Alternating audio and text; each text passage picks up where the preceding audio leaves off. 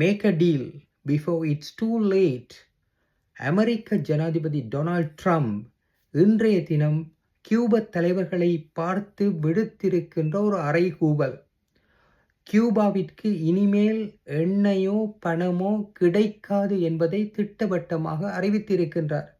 இதுவரைக்கும் இவற்றை கியூபாவுக்கு வழங்கியது பெருமளவிலே வெனிசுலா. ஆனால் வெனிசுலா ஜனாதிபதியை கடந்த ஒரு வாரத்திற்கு முன்பாக கைது செய்ததன் பின்னர் இப்போது ட்ரம்பினுடைய கருத்துக்கள் மிகவும் உன்னிப்பாக உற்று நோக்கப்படுகின்றன.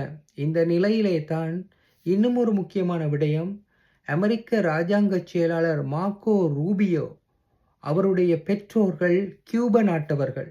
அவர் கூறியிருக்கின்றார், கியூபாவிலே நாங்கள் ஆட்சி மாற்றத்தை நிச்சயமாக முன்னெடுப்போம் என்று கூறியிருக்கின்றார்.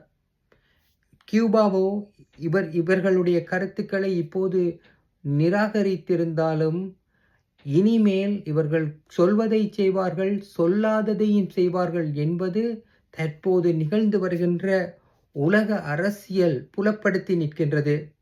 நாங்கள் தொடர்ந்தும் இது தொடர்பிலே அவதானித்துக் கொண்டிருக்கின்றோம்.